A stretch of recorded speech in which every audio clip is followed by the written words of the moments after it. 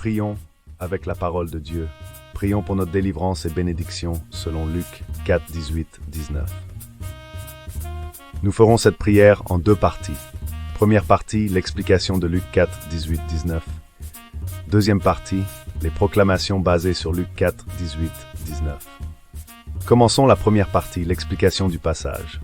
Notons que le verset de Luc 4, 18, 19 est un passage fondamental et puissant, car il encapsule la mission de Jésus-Christ telle qu'il l'a lui-même déclarée au début de son ministère public.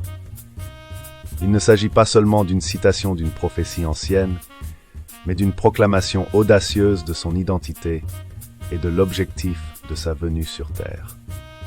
Ce verset nous offre une compréhension profonde de la nature du salut et de la libération que Jésus est venu apporter à l'humanité, y compris l'inauguration d'une ère de faveur divine. Situons d'abord ce passage dans son contexte.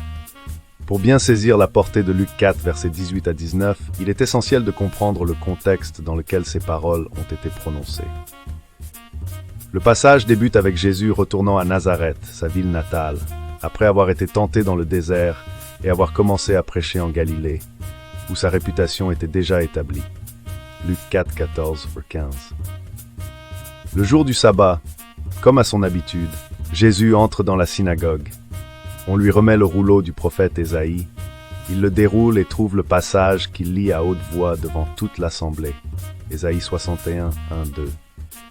C'est précisément à ce moment qu'il prononce les paroles de Luc 4, 18, 19. « L'Esprit du Seigneur est sur moi, parce qu'il m'a oint pour annoncer une bonne nouvelle aux pauvres.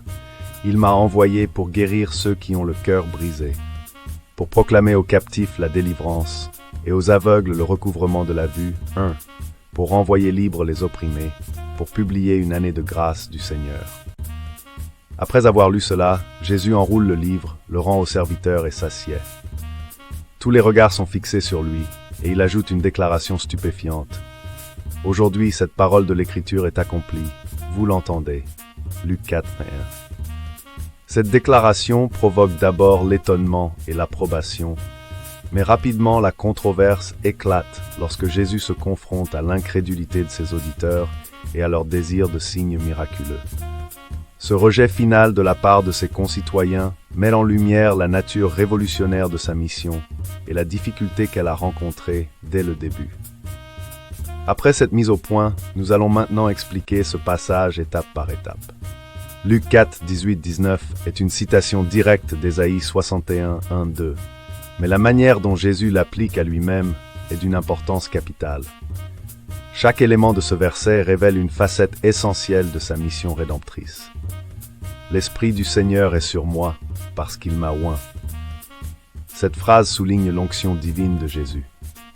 L'onction par l'Esprit Saint était traditionnellement associée à l'habilitation pour un service spécial, comme celui des rois, des prophètes et des prêtres. Ici, Jésus affirme que l'Esprit de Dieu est sur lui, le qualifiant pour sa mission messianique. C'est le signe de son autorité divine et de son statut unique. Il n'agit pas de sa propre initiative, mais sous l'impulsion et la puissance de l'Esprit de Dieu. Merci de suivre la suite de cette méditation dans la prochaine vidéo. 3 choses à faire. Abonnez-vous pour ne manquer aucune de nos vidéos de prière et de méditation biblique. Aimez et partagez si cette vidéo vous a été utile pour encourager votre communauté à prier. Commentez. L'Éternel vous bénisse et vous garde.